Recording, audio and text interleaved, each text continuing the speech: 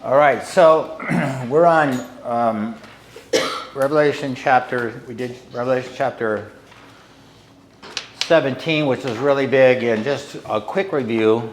The most important thing that I think you have to remember is on the Antichrist is that it's absolutely certain that the person that is the Antichrist, no one will know who that person is until it's revealed in the middle of the tribulation period. So even though I believe, and we went over the idea that he had to live before, according to Revelation 17, 8 through 11, and he's coming out of the abyss and all that, even though that's true, and even though he could be, could have been Antiochus, the fourth from before, it still doesn't make any difference. Like, he still can't know who he is until he's revealed. So when people, I still see on the internet, people say, well, the Antichrist is this, or, or the mark of the beast is that. And I don't know, the mark of the beast seems to be pretty straightforward and simple. It's a computer chip of some kind that can track all your buying and selling, just like you had a credit card. One credit card and everything went through that credit card. You could do it now, right? So they just put that on you as identity because everybody is always concerned about losing their identity. So if you put that on your person and somehow make that secure, then you would know where everybody is and every transaction, and the amount of fraud that would go down because people can't get into your chip because they have to physically have it. I mean, we're talking about billions and billions and billions of dollars. So there would be a tremendous motivation for people who aren't in the faith to take the chip so that they can stop all the theft and make it possible, and they don't have to worry about going through the airport security. And all, I mean, there'd be so many advantages to that. But the mark of the beast thing, I don't know why they talk about it so much, because it won't be until the tribulation period anyway that you actually know and who it is. It won't be revealed. Even if we knew, even though I believe you could know who he was in the past, he still can't be known. Okay, so in Revelation chapter 17, though, there's basically four major things. So we talked about the great prostitute, which is a big deal. And that's the apostate church that merges with all the mystery religions. Then we had the Antichrist. Now we have the beast. The 10 king, 7 nation beast. Now, there's not a lot about it, but what it does say is pretty important, and it's pretty straightforward. So, in Daniel chapter 7:7, it says, there was a fourth beast, terrifying and frightening and very powerful. Okay, and you're not going to see that verse, I don't think, right there. Let me double check. I'm pretty sure I'm starting at the... Yeah, so let me just give you these verses that are in. These are all the verses. I don't think I listed them in the book. These are all the verses, you can look on screen, of this 10 king, 7 nation beast. So it's just Daniel chapter 7. There was a fourth beast, terrifying, frightening, and very powerful. It had large iron teeth that crushed and devoured its victims and trampled underfoot whatever was left. So the Antichrist, the 10 king, 7 nation beast is only mentioned in Daniel and only mentioned in Revelation. No place else. That's the only place. Okay, in Daniel, it has 10 horns, which are 10 kings. The 10 horns are 10 kings who will come from this kingdom. After them, another king will arise. He will subdue 3 kings. Okay, so we're going to talk about that in a second to figure out what that means. But basically, it says, this is really important. His armed forces will, so his being the Antichrist, armed forces, which would be the military of the beast, the 10 king, 7 nation beast, they will be the ones that go in and attack the temple fortress. And they're the ones that will actually physically stop the sacrifices from happening. Okay? Then they will set up the abomination that causes desolation. So it's the Antichrist who's directing traffic, but it's this Roman, revived Roman Empire of these 10 king, 7 nation beast that actually does the work. And he's basically a dictator over the beast, but he's not a dictator over the entire world, but he obviously has a tremendous amount of power and control. So it's a mixed bag. It's a mixed bag. And then in Revelation 17, then the beast will hate the prostitute. They will bring her to ruin, for God has put it into their hearts to accomplish his purpose. So the seven nations come from the former Roman Empire. So it's often called the revived Roman Empire. I just heard a guy yesterday say something about, that it's a Gentile thing, it's not a Jewish thing. He said, people don't understand that. I've never thought, I don't know anybody that, anyway, it's a Gentile thing. It's like the European countries, and they get together in the last day.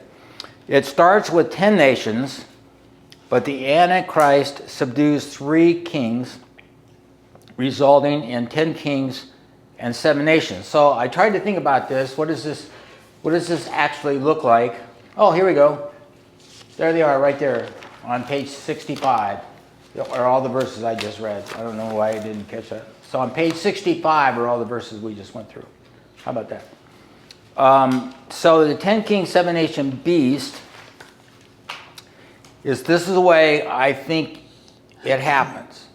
So you have these 10 nations with 10 kings, and then the Antichrist comes up and he kind of replaces one of them, subdues them, 3 others, and so you got the Antichrist and you got a bunch of nations. Maybe you got Netherlands, I don't know, just make up, Netherlands and Denmark and whatever, 3 different ones.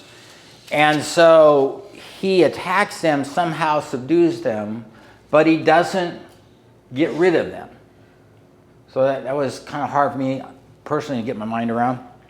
So let's see if so the Antichrist, what he does then is he ends up merging these 3 countries into one, and he lets them to continue probably running their part of what they had before, but it's one country and he's over that country. That's what I think what it means. So you start with 10 nations, you end up with 7, but the kings don't go away. So I thought, what are they? Where are they hanging out at? And the only thing I could think of was, they're probably become governors or whatever part of that nation that got combined. So I think the nice thing about that will be that the people that live in that day, they'll see this happen, and they can look and they'll say, right there, the Antichrist, you can see where he came in and subdued 3 kings, and now it's just like what the Bible said. But that's not going to happen until after the Antichrist is revealed. So let's just summarize it. I'm going to summarize it. This is the big picture. On page, the next page. Go to the next page. Gotta look. I'm just doing, nope, it's on page 64, sorry. So I'm letting you down here. So 64, are we on 64? My notebook isn't like yours. No. Oh, I see, that's the problem. You go to page 70, all right. I gotta get rid of this notebook. Because I updated some things and I forgot that I didn't update you guys. That will explain a lot, won't it? Yeah. People kept looking. Now we have it. Page 70 and 71. Be still my beating heart. Ben, is there any pencils? Do you have a pencil? Yeah. She said. I'm not taking yours. Oh, no, I have. Anybody else need a pencil? Okay, so we're on page 70 and 71. There we go. I fooled around and took out some pages and rewrote some stuff. It didn't really change much of the material, but just made it simpler.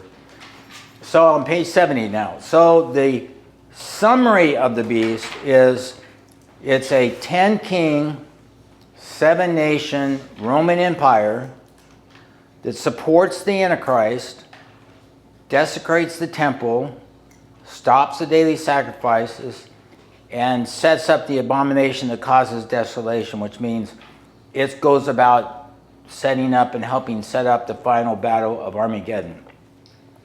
It's a crushing military tramples on the whole world.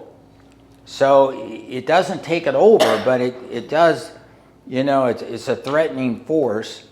But it in itself has many factions between each of the countries and within each of the countries.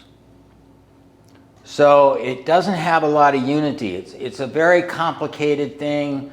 The Antichrist comes in, he merges some of them. These guys are kind of get along, but they're not all getting along. They're out there beating everybody up, and everybody doesn't like them. And, it's just a mess, okay? So you can see that if you read what the Revelation is saying, that it really does make sense. I mean, that's the way it is. It's never, World War II, I mean, what really happened? So there's always opinions about that, right? And then the interesting thing that we talked about is God uses the beast to destroy the great prostitute as the mystery religions, because the religious people, the religions, and with probably the false prophet, they're sitting on the beast. They control the beast. They don't, and the Antichrist doesn't like it. So we talked about that before, and it's very like, wow, okay. And because of that, they attack Babylon and wipe it off the map, which is chapter 18 that we're going to read here pretty soon. And then its armies, like everybody else, goes to Armageddon to fight, and they all die there. So everybody's headed to Armageddon to die, including these guys. Okay? So I know I messed up on the page number and so forth. So do you have any questions about this? The beast is these guys, and they're hanging out, and they're causing a lot of havoc. It's kind of like the European Union right now. Do they get along? They don't get along. You got people from all kinds of nations right now in London and England, and they're fighting inside, and it's a mess, right? And that's kind of the way it will be. Any questions about the beast? Well, not the beast, but the prostitute is the apostate church? Is that what it is? Yeah, the great prostitute is a complicated thing, but what it is, because it says that its headquarters is in Rome, that it's the Vatican, and the reason why in Revelation chapter 17, the angel says to John, why are you astonished? When John saw what he saw, he said, why are you astonished by what you see? And the logical answer is because he's looking at the church, and he's saying, now wait a minute, we're starting a church here, and it's ending up like this, like it's the problem child, like this is really not what I expected to happen, right? So the Vatican and the World Council of Churches group, who reject Christ, reject the scriptures, they're all apostate. They merge with all the Babylonian mystery religions to make one big, huge, big religious system. Very powerful, very wealthy, and it's called the Great Prostitute. And it controls the religious part of the world in that sense. So, is that hopefully that helps. What are the mystery religions? Yeah, we're going to talk about that here in a second. Okay. That's Thank you. Yeah, we're going to do that. So, any other questions before we start reading chapter 18? Okay, so chapter 18 is about the fall of Babylon. And we'll just read that, and then we'll we'll talk about it. So starting with Doug, like we do, why don't you read the first paragraph and All right. we'll go around the table here. After this, I saw another angel coming down from heaven. He had great authority, and the earth was illuminated by his splendor. With a mighty voice he shouted, "Fallen, fallen is Babylon the Great. She has become a dwelling for demons and a haunt for every impure spirit, a haunt for every unclean bird, a haunt for every unclean and detestable animal. For all the nations have drunk the maddening wine of her adulteries. The kings of the earth committed adultery with her, and the merchants of earth grew rich from her excessive luxuries." Then I heard another voice from heaven say, "Come out of her, my people, so that you will not share in her sins, so that you will not receive any of her plagues. For her sins are piled up to heaven, and God has remembered her crimes. Give back to her as she has given.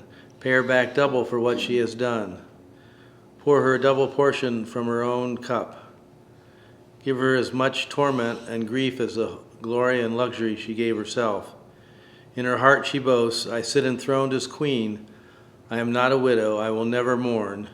Therefore, in one day her plagues will overtake her, death, mourning, and famine.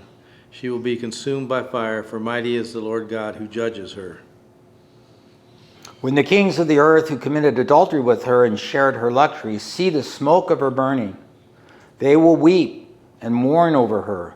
Terrified at her torment, they will stand far off and cry, "Woe, woe to you, great city, you mighty city of Babylon! In 1 hour your doom has come." The merchants of earth will weep and mourn over her because no one buys their cargoes anymore. Cargoes of gold, silver, precious stones and pearls, fine linen, purple, silk, and scarlet cloth, every sort of citron wood, and articles of every kind made of ivory, costly wood, bronze, iron, and marble. Cargoes of cinnamon and spice, of incense, myrrh, and frankincense, of wine and olive oil, fine flour and wheat, cattle and sheep, horses and carriages, and humans being sold as slaves. They will say, "The fruit you long for is gone from you. All your luxury and splendor have vanished, never to be recovered." The merchants who sold these things and gained their wealth from her will stand far off, terrified at her torment. They will weep and mourn and cry out, "Woe, woe to you, great city, dressed in fine linen, purple and scarlet and glittering with gold, precious stones and pearls. In one such hour, such great wealth has been brought to ruin." Every sea captain and all who travel by ship, the sailors and all who earn their living from the sea will stand far off. When they see the smoke of her burning, they will exclaim, "Why was there ever a city like the great city?" They will throw dust on their heads and with weeping and mourning cry out, "Woe, woe to you, great city, where all who had had ships on the sea became rich through her wealth. In 1 hour she has been brought to ruin. Rejoice over her, you heavens. Rejoice, you people of God. Rejoice, apostles and prophets, for God has judged her with judgment she imposed on you." Then a mighty angel picked up a boulder the size of a large millstone and threw it into the sea and said, "With such violence the great city of Babylon will be thrown down, never to be found again. The music of harpists and musicians and pipers and trumpeters will never be heard in you again. No worker of any trade will ever be found in you again. The sound of the millstone will never be heard in you again. The light of the lamp will never shine in you again. The voice of the bridegroom and bride will never be heard in you again. Your merchants were the world's important people. By your magic spell all the nations were led astray. In her was found the blood of the prophets and God's holy people, of all who have been slaughtered on the earth." Okay, so we're going to look at why Babylon is so important now. So if you turn the page there. And the Babylon, first of all, this actually isn't in your book, so it's in, I don't think, Zechariah chapter 7, let me look. No. Okay, so Zechariah chapter, Revelation chapter 7, let's start 17, let's start there. So, this mystery religions, which is headed up by the Vatican, is headquartered in Rome. So it starts in Rome. But in Zechariah, which I don't think, anybody have Zechariah? I don't think so. It's one of the things I didn't put in there. Okay, so you're going to have to mark this one down. Zechariah chapter 5. Zechariah chapter 5. You can put it down there somewhere. And this passage here in Zechariah chapter 5 talks about how it's going to get moved to Babylon. And when the prophet wrote this, if you read it, you go, well, how would you know what it's talking about? It's not until you get to Revelation, you get the whole picture, that you understand even what he's trying to say. So it starts in Rome, but Zechariah chapter 5, 5 through 11 says, Then the angel who was speaking to me came forward and said to me, Look up and see what is appearing. I asked, What is it? He replied, it's a basket. And he added, This is the iniquity of the people throughout the land. Then the cover of lead was raised, and there was in the basket said a woman. He said, This is wickedness. And he pushed her back into the basket and pushed its lead cover down on it. Then I looked up, and there was before me were two women with the wind in their wings. They had wings like those of a stork, and they lifted up the basket between heaven and earth. Where are they taking the basket? I asked the angel who was speaking to me. He replied, To the country of Babylonia, to build a house for it. When the house is ready, the basket will be set there in its place. So this is interesting because I don't know, it's not an easy bridge to see how this is all fitting together. The main thing that we want to look at is the Tower of Babel. Let's go back to the Tower of Babel itself. And I think now we're on the right page here, right? 74. Okay, so the Tower of Babel in Babylon was built to worship Satan and practice the occult. And we're all at the right page here, hopefully. Mm-hmm. All right. So Satan obviously wants to corrupt and kill us because we are made in God's image. So Satan and his fallen angels, the gods, the Greek gods and the gods of the old days that they talk about, they are really fallen angels. So Baal and Molech and all these people, these are not idols that are just, that don't exist. I mean, these are actual fallen angels that appear or talk through these idols, and the priests have conversation with the fallen angels, and so that's how, the priest becomes, the in-person who can get to that level in which you can have these conversations, and that's what the occult is all about, right? Now, Satan and his fallen angels, the gods, always demand human sacrifices, and most comply.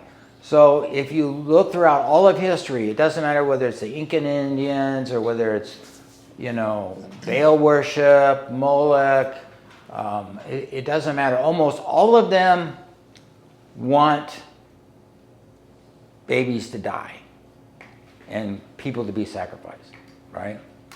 And so they want it, and it's almost like Jesus died for our sins, and so they want blood too. It's a very terrible thing.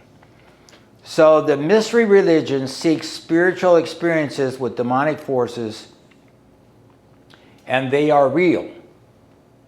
So when you have somebody that's in witchcraft, or when you have somebody that's in the demonic occult area, they are experiencing power, supernatural power, just like we do, except ours is more powerful.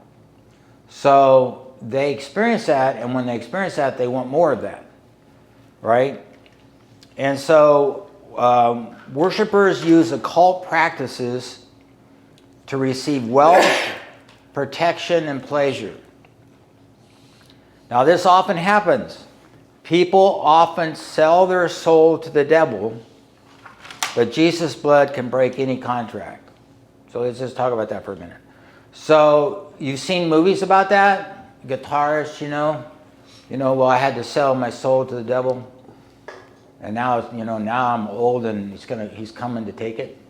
Okay, and what he doesn't realize is he can't take it if he could get out of it. He can break that contract, but he doesn't believe he can break that contract.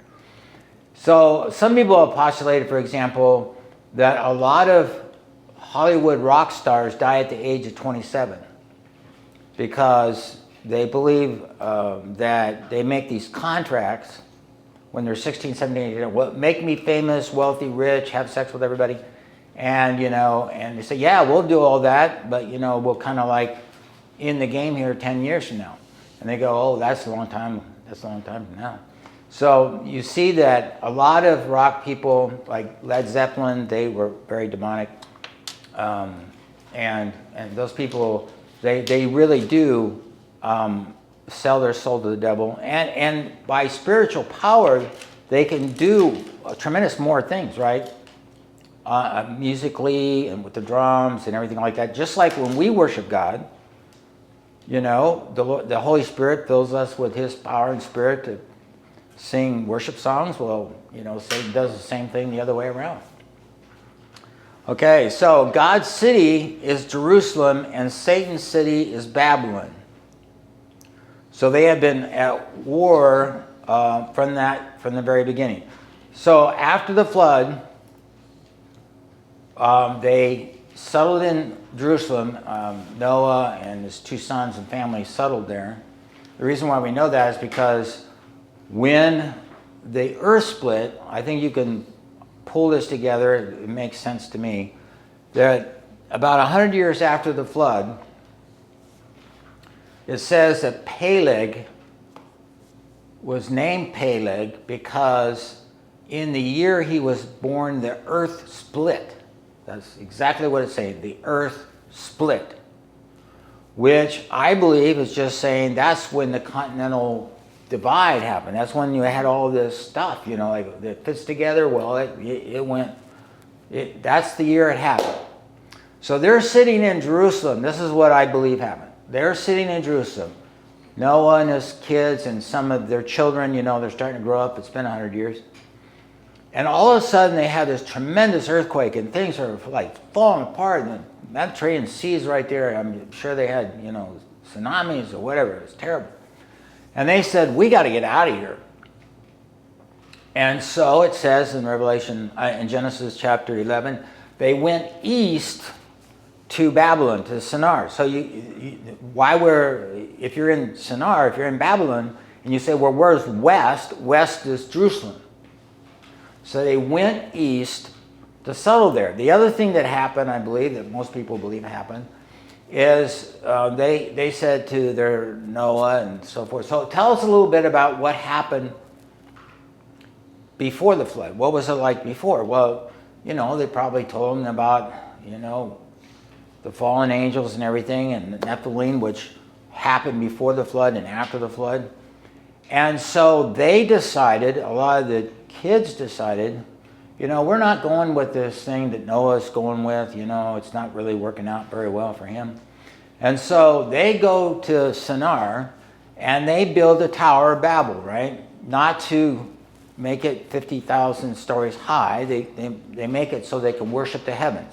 So already then, the fallen angels and Satan is back to talking to them and communicating to them. And God said that if I don't stop them by diversifying the languages, then everything they plan to do will happen. Well, what is it that they plan to do? They plan to have one big religious system, in which they all would worship the heavens and Satan and, you know, and the stars and all that kind of stuff. They were not really worshiping the stars and the heavens. They're worshiping the spirits behind them, which are the fallen angels and Satan.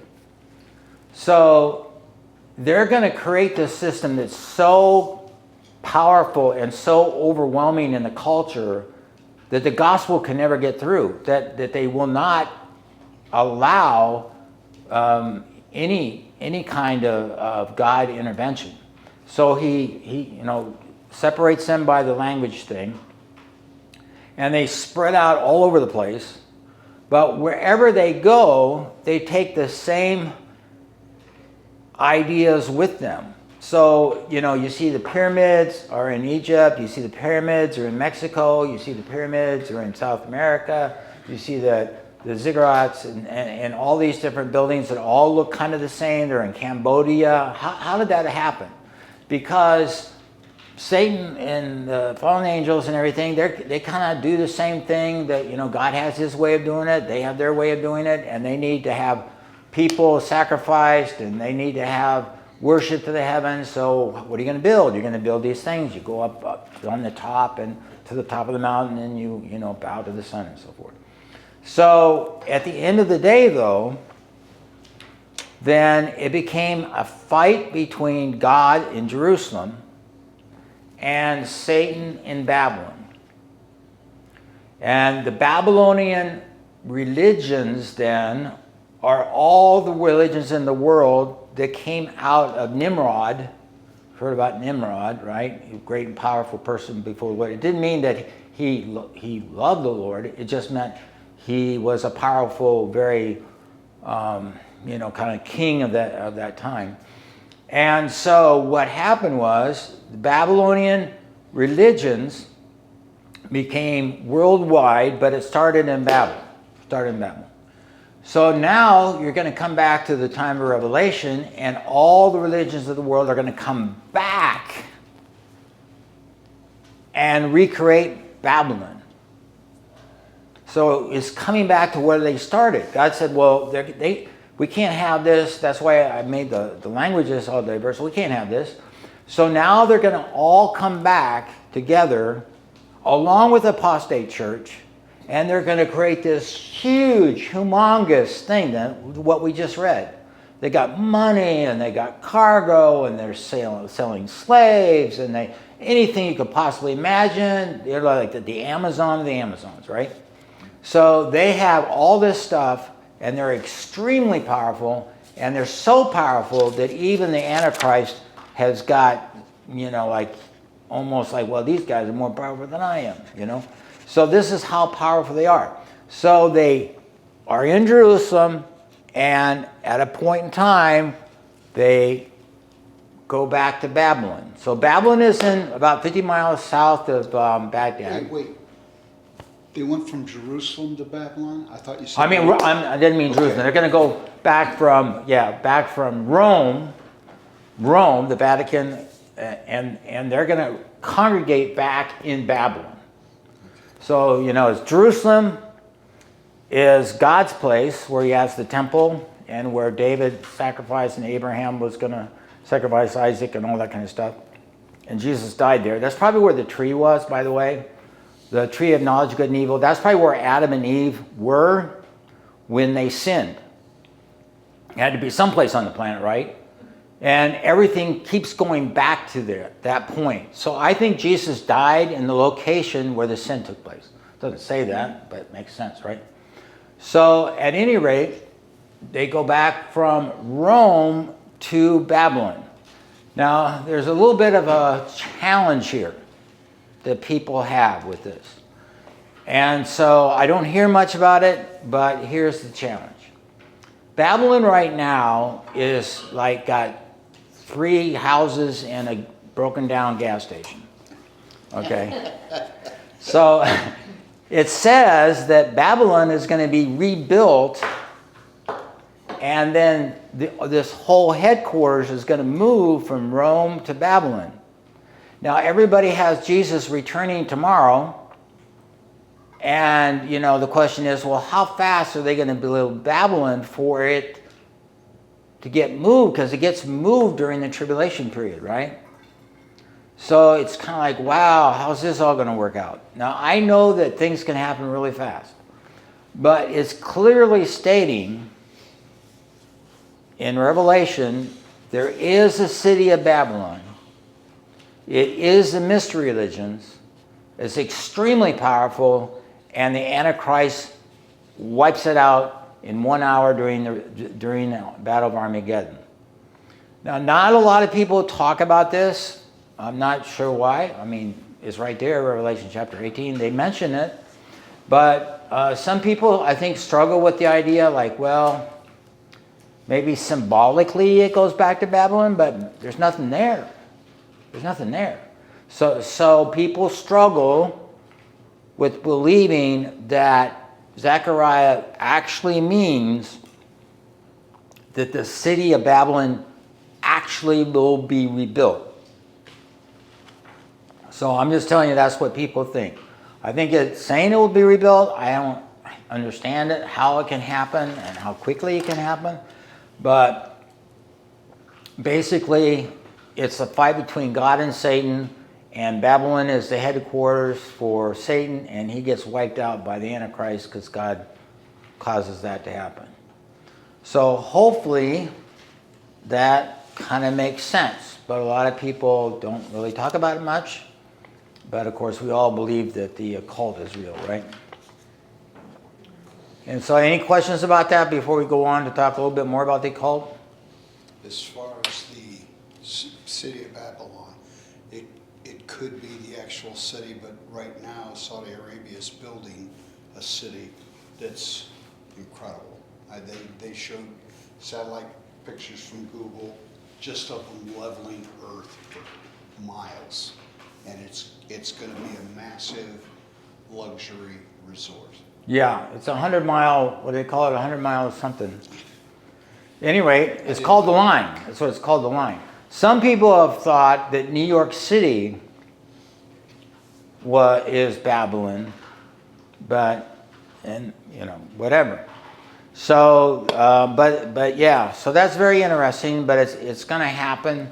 And, but quite frankly, has anybody ever heard anybody talk about it being rebuilt? Hardly anybody does, right? Right. So we don't talk about it, but it's right there, and Babylon definitely gets destroyed. Okay, so let's talk a little bit more about the cult. One more thing. Yeah. What happens with the Muslims? Well, I think here's the thing about the Muslims. So the Muslims, you know, the Vatican right now is trying to get the Muslims to come together. So the question is, do they make that happen? You know, and I don't know if they make that happen. But here's the other thing to think about. So, from your perspective, so China comes up, and the kings of the East, with that 200 million man army, right at the end of the tribulation period, they go across to Jerusalem, and on their way, they kill everybody. What's between China and Jerusalem? The Middle East. Iran, Iraq, Saudi Arabia, all those places. So when that Chinese or Eastern army of 200 million men come across, whoever's in the way gets wiped out. And right now, it's the Islamic nations that are there. So whether they merge with the other mystery religions, it doesn't necessarily say that, but they're awful big number. So I think the Vatican definitely wants them to hang out together. They want them to come together. So we'll see if that happens. Any other questions or comments about it? Very, very complicated. So you're saying the Antichrist is going to destroy the church? Yeah, so not everybody, several people couldn't be here for the discussion about Revelation chapter 17. Revelation chapter 17 is probably the most complicated chapter in the whole Bible to understand. But basically what it says there is there's this great prostitute is made up of the apostate church and all the mystery religions, and it says that it's sitting on the beast. It's sitting on the beast. And that means that it has leverage over it, it has power over it, it has influence over it. Look at all the things about Babylon. You know, the Antichrist wants all the money. Well, here in Babylon, the great prostitute has all the money. So a lot of people don't see this, but the last verse, last couple of verses in chapter 17 says that because of the influence and power that the great prostitute, the mystery religions, has over the Antichrist and over the 10 king, 7 nation beast, they hate her for that. They want to run everything. And this other Vatican, Babylonian religious thing, they're kind of like porcupines, not very, they don't like each other. So God uses the hatred, it turns into hatred, it says the word hatred. God uses the hatred that the Antichrist with the 10 kings and 7 nations, they don't like her, they want to get rid of her, and God uses that hatred to motivate her, to motivate them, the Antichrist and the 10 kings and 7 nations, to destroy Babylon. And because it happens really quick in 1 hour, it sounds like, it's like atomic bomb or something. Like they just go in and they just level the whole thing. Like, it's gone. So yeah, so the great prostitute is influencing and has power in some sense over the Antichrist and the beast. Peace doesn't like that, and so he comes back and destroys the church that's been moved from Rome to Babylon. All right, so we won't be there at that time, but that's kind of will be interesting to see what it looks like from heaven's point of view. All right, any other comments or questions? So this is very, very complicated. It sounds more realistic, right? Like what happened in World War II. You had Hitler was friends with these people, but not with those people, and these people are getting along with these people, but Russia's getting along with America until the end of the war, and then we can do the Cold War, and China's doing this, and Japan's doing that. So it was very, very complicated, right? Well, it's the same way here. It's the same way here. You got all these different forces, all these different people trying to gain power, trying to take over everything, and everybody's fighting everybody. But they've decided on one thing. We're going to go to Israel, wipe out Israel, and we're going to fight there against God. I don't know why they think they can win, but they go. That's why they go. It says in Revelation 16 that Satan, the Antichrist, and the false prophet have lying spirits, and they go out to all the nations and convince them that it's to their advantage somehow to come to Israel to fight in the Battle of Armageddon because they're going to win. I don't know how he talks them into it, but he makes it happen somehow. All right, so occult practices, now this is important because we say, well, what about America? Occult practices include astrology, palm reading, Ouija boards, seances, white magic, tarot cards, and many demonic numbers, incantations, pronounce that. Incantations. Yeah, that. Rituals and ceremonies. All of that, right?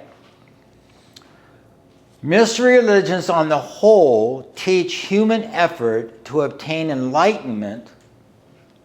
A lot of the, Hindu and everything, you're going to meditate yourself to enlightenment. Well, what are you trying to do? You're trying to get into a state of spiritual oneness with, you think it's the universe, but you're becoming spiritual oneness with Satan himself. Now, they teach that, and to them, that's salvation. So I'm saved through my effort of meditation and purification of the soul. So like Gandhi, right? That's what he thought. He heard about the gospel. He didn't like it. He rejected it. But he, wanted to perfect his soul to become a person that could do that. Now, another thing that people don't realize, in the West, cultic practices, and mystery religions are found in secret clubs, lodges, and organizations such as the Freemasons, Shriners, and Scottish Rite. If you go, for example, to the Alexandria, I've seen pictures of it and I've heard about it, but I've seen pictures of it. The Freemasonry building in Alexandria, just outside of Washington, D.C., you go in that building, they're very proud of it. I mean, you can look it up and see a documentary on it. They have all these different things. It's got Egyptian symbols, and it's got all the pagan symbols from the past. So this is where these guys hang out. And they're very committed to this. Now, there's a book I came across, and it was written by this guy, James Wasserman, and I thought it was written by not a Christian who was complaining about the influence of Masons in Washington, D.C. And when I read the book, I picked it up at Barnes & Noble or something. I picked it up. I saw that, no, he had his PhD, and he was given permission by his Freemason friends to finally explain all the different symbols and all the different places through Washington, D.C., and how the streets were laid out and everything. So when people say, is Washington, D.C. laid out for Masonic things? Absolutely, 100%. You got a book written by them proudly announcing that they do that. Moses kind of hanging in there. You know, the thing about the Masonic belief is Christianity is good, but it's not the only way. So you got a huge bunch of people. My grandfather was a 32nd degree Mason. So you have all these people who, in the lower ones, they just think it's a nice club to hang out. The further you go up in the system, the more you realize, or the more you're told about what it's really about. And so that's where these guys hang out, and it's very, very, very powerful, and that's how they get connected. So, for example, I just realized, remember this, how many people happen to know who Lee Dice is? He was a pastor for a long time, associate pastor over at Worcester. You guys don't know him? You know that. So anyway, he's somebody that I knew because he was like, if you were among the pastors, you just know who Lee Dice was. Anyway, he had a brother from Massachusetts that was the Senate leader of this house in Massachusetts. He was a Masonic Mason guy. And Lee said, and he was dying, Lee said, can you give up, or would you be willing to give up the Masonic stuff? And basically he said, I can't. I get all my power that way. I get all my relationships. You can't be in where I'm at unless you're a Mason. That's what he told Lee. And so basically he said it was really sad, but he basically chose Masonic thing over salvation. He knew what salvation was because Lee told him. He knew what the gospel was. But he admitted that to be a lot of positions in the Masonic, in politics, is dominant by these lodges. Okay, so President Roosevelt, for example, was a 32nd degree Mason. You'd be amazed how many presidents were Masons, high-level Masons. And he's the one that put the all-seeing eye on the U.S. dollar bill as it represents the great architect of the universe. Now, we know, and you can find this out, this is not secret, but for those who want to study it, once you get to the 32nd degree, now you're into the 35th, and you can go higher and higher. Once you get to the 32nd degree, you're told that the great architect of the universe happens to be Lucifer. Don't let that bother you. Okay? So by the time you get up to that level, you're pretty committed to the whole mystery religions. And think about this too. This is another thing that people don't understand. So all true believers, right, in the world, and this is in your book, are connected spiritually and work together with Christ as the head, right? With the power of the Holy Spirit, even though we don't know each other, right? So people go to the Philippines and they run into a Baptist or a Presbyterian or somebody else like that. Oh, we're good friends, right? Because, well, you're a Christian, I'm a Christian, right? So when you think about the advancement of Christianity around the world, it's done by the direction of God through the power of the Holy Spirit, and we don't need to know everything that's going on to know that there's missions over here and there's this over there and there's,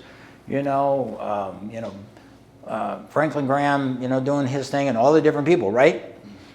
But then we struggle with the idea that Satan does that, and he absolutely does that.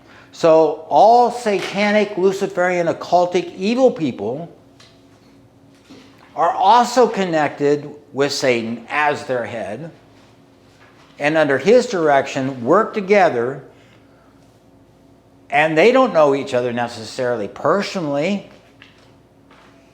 but they all work together. So why is it that you have sex trafficking? Because you have a whole system of people that are keeping it alive.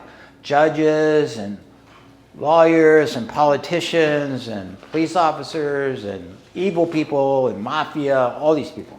They work together. Well, why do they work together? Because they're in the same system. They're just like connecting with Satan, and we connect with Jesus. So for some reason, we struggle with this. We just really struggle with this. Many cannot accept that those listed below, and I'm going to give a list here, are connected and their efforts are coordinated by Satan himself. God will defeat Satan and his people, but they do interconnect on many levels. So, you have occultic people and mystery people. You have the evil religious leaders. So, all the people that say, well, I don't really believe in the Bible and everything, right? You have the World Economic Forum members. These guys, the World Economic Forum members, are all of them. We're going to, what time is it? It's 8:03.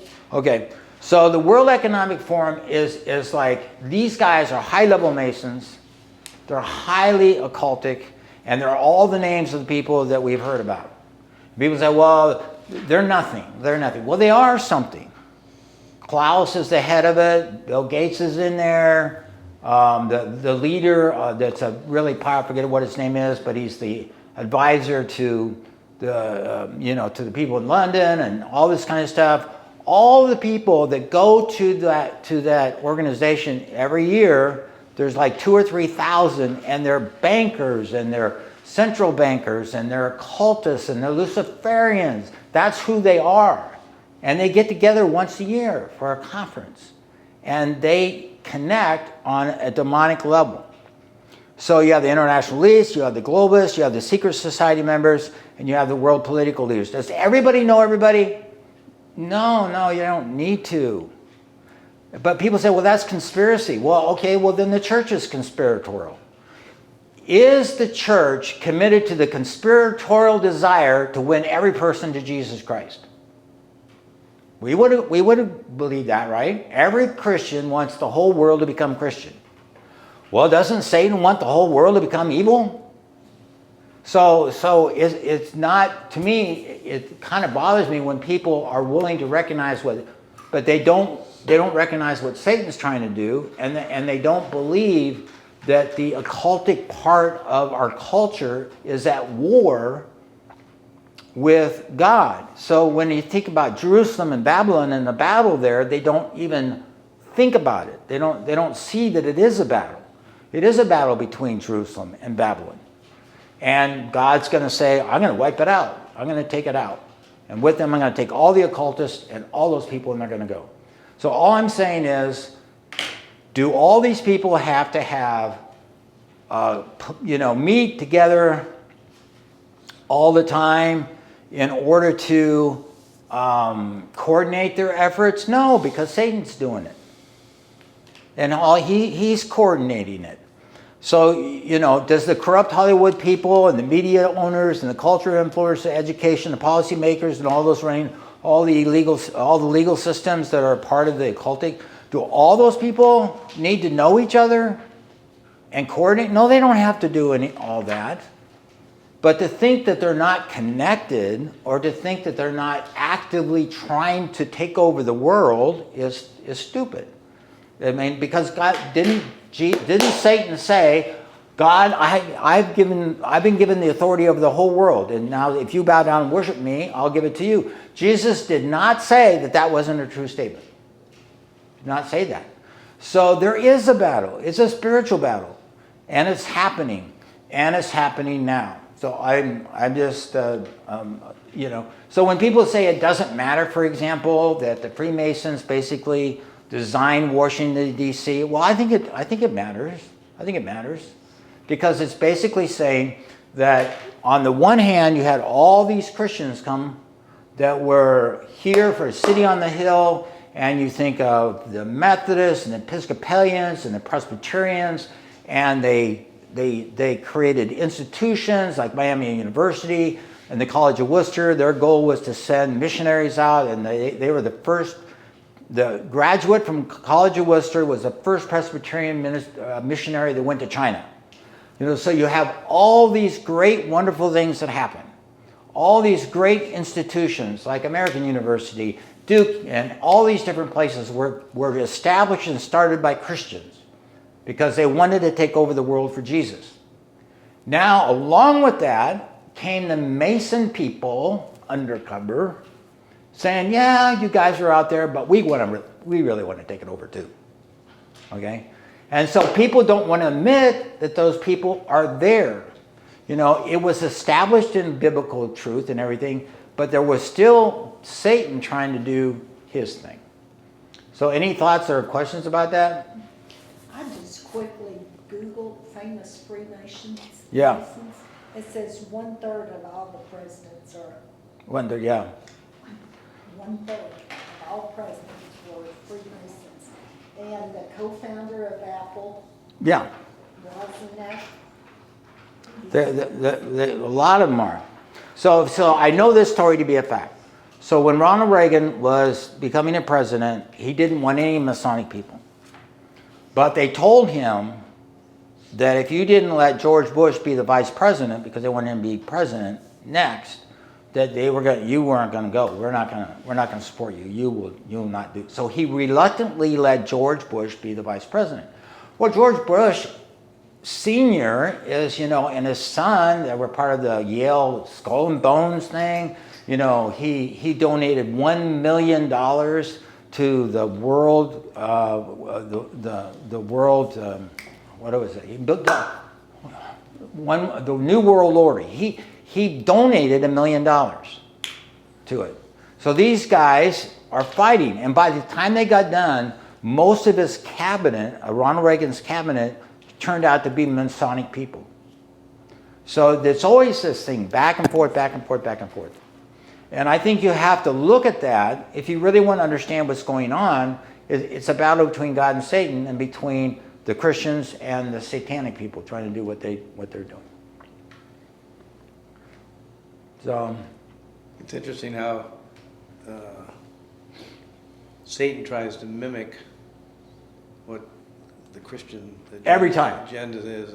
Every time. Pointed out. I'd never thought about that or even heard that before. But yeah. So whatever God does, Christianity, church, everything that we think about that God does, just think that Satan does the same thing in some form.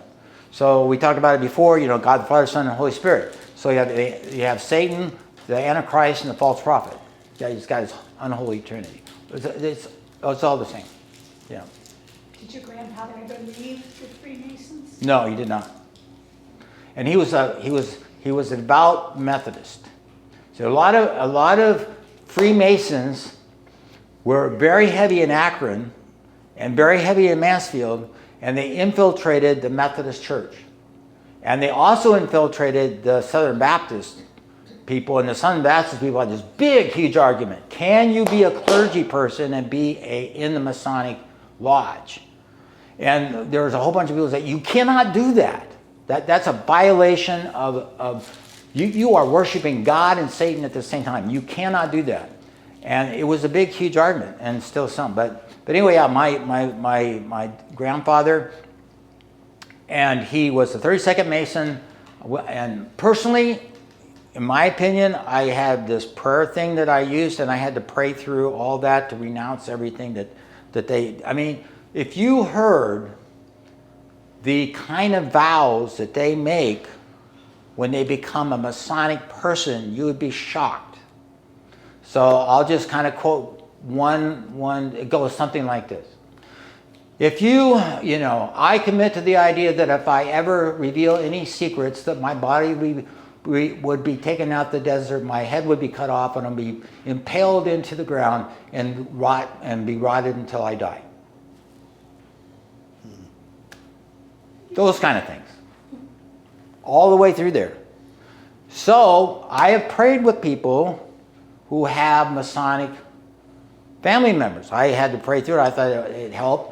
I remember one lady I prayed with, that we prayed through all the Masonic things. You just take their booklet and you pray through everything.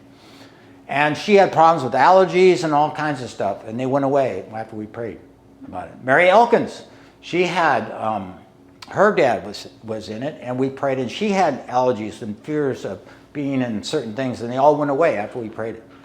So there's a lot of fear, anxiety, all kinds of things in the Masonic thing. And so, and he owned this farm in Wadsworth. And when he died, you can know exactly where it is, because if you go up to Wadsworth and get on 94 and turn right down toward town, on the right-hand side, you will see the Masonic Lodge, and that was the property he owned. So they built the Masonic Lodge on his property. And I had to, this is my friend from Grace College is asking me if I'm going to sign up to go to my 50th Class reunion. class reunion. Yeah, well, Pam, we'll get back with you. So at any rate, this is really a big deal. And I had to convince, when he died, I was at his funeral, I had to convince the pastor of the Methodist Church. I said, are you going to preach the gospel? Are you going to tell people about getting saved? Oh, I mean, well, if you're really going to force me, So, at any rate, it's a big deal. It's a huge big deal. And that's what chapter 18 is all about. It's about all of that. About all of that. Think of all the good things that these organizations do, though, like the Shriners, and all the good things as far as the children and birth defects, Yeah, that's kind of tricky. So. All this. Talk about that. Yeah, I mean. Okay, so the Shriners, for example, to be a Shriner, you have to be a 32nd degree Mason. Really? So already, those little hats they have on, those are Muslim hats that Muslims wear once they kill Christians. There's a lot of Muslim Sabonic stuff in the Shriners and the Scottish Rite. They're they're very powerful. Who got his ring? Pardon me? Who got your granddad's ring? I don't know, but I wouldn't let it in our house. We always throw everything away, burn everything. So yeah, 32nd, and they're very powerful. And so FDR's vice president, what was his name? Wilson? I think that was his name. He was a high-level Masonic person too. And one of the things he wanted to do as a vice president was find the dream stone, which was the stone that Jacob supposedly slept on when he had his dream. It's supposed to be an occultic thing, and he went all over the world trying to look for that. So all these people, and they're not going to tell you all these things, because, they don't even tell the average person doesn't really know. But one thing that I've noticed, and people notice this, people that are in the Masonic system and participate, when you talk about the gospel, or you talk about the faith, or you talk about scripture, they just go, yeah, I mean, sure, yeah, well, we do Christian things too, it's just like they got a fog over their mind and heart. They really don't have windows in their buildings either, do they? No. And there's a reason for that. So you go up, you want to go to a scary place, go up to the Cleveland. You go up to the Cleveland Masonic Lodge up there. I think it's on 4th Street or whatever. It's a big, huge thing. I forget where it is, but it's a big, huge thing. I've seen it. It's on Euclid Avenue, I'm pretty sure. And all the windows are bricked off. A lot of people that are funeral directors are in the Masonic thing, which is kind of really interesting. Randy Van Hull, when he sold his business and they wanted him to become a Mason. He said, no, we don't want to do that. So, and guess who else was a high level Mason? F.E. Meyer. He had a train that he took personally up to that. He was the worshipful master. That's what you are. When you're head of the lodge, you're the worshipful master. Can you believe that? So he went up there and he got into a big argument with Albert J. McLean, who is the head of, or one of the founders of the Grace Brotherhood movement in 1930s, because McLean was having a fight with F.E. Meyer because F.E. Meyer was the chairman of the board at Ashland College, and McLean was saying, hey, you know what are we going? What's happening here? I thought the Ashland College was a Christian college. Why do we have this Masonic guy? You know, so.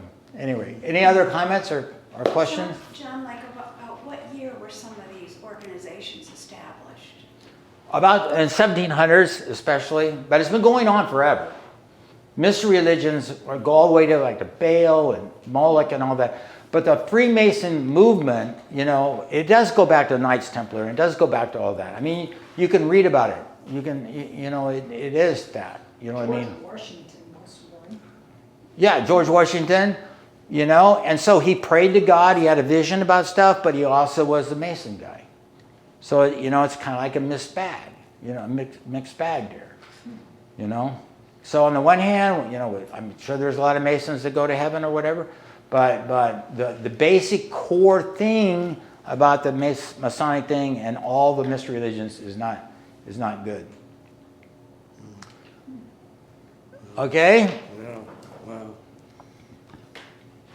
All right, so this is big. So what I'm trying to say is chapter 18 that we read,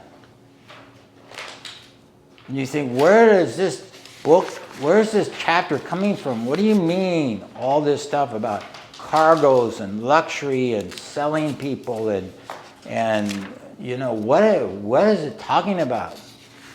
It's talking about what's going on now. Just to finish up, you know, there was a sexual child trafficking ring that got busted several months ago. I think it was March or April of last year. David Matos, who is a guy I know that's a chaplain, he knew a lot of them. But a whole bunch of people, like it was like 30, 40 people, 50 people. There were judges, pastors, police officers. They were all part of the sex ring, trafficking people. So you just don't know. Just don't know. Where was that located? All over southern Ohio. And I guess it's hard for me to shut down, but I guess I'll say one last thing. General Pike, who was a high-level Confederate general as a Confederate general in the South, wrote a huge amount of stuff. He was a genius. He wrote all these books, and he was, one of the great organizers of the Freemason things. And he, started a bunch of lodges and all kinds of stuff. He was a big, huge guy. And he's got a whole bunch of books. I think if you look online, you might be able to get some of them. They're all occultic. They're all about bringing the Egyptian and all these mystery things together in the Freemason tree. And here's the fact. His books are in a library at the Masonic Lodge on 16th Street in Washington, D.C. You cannot get into that library to read any of those unless you get special permission. You can't just walk in there and get that.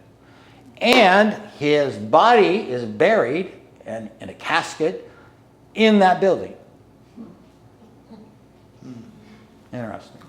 And he has a statue outside, a couple blocks away is the statue of General Pike. He was very, very, very occultic, very, very high level occultic person. All right, very good. So we're gonna, okay, it's kind of went slow today in terms of content. We don't have much left. We have Battle of Armageddon, and then we have hell and all that kind of stuff, and heaven, and then we're done. We're done. Most of the rest of the stuff that we have to talk about is all pretty straightforward, and it's not very confusing. The part that was the most confusing is what we just went through. That's the hardest part of the whole book of Revelation in my mind. All right, very good, thanks.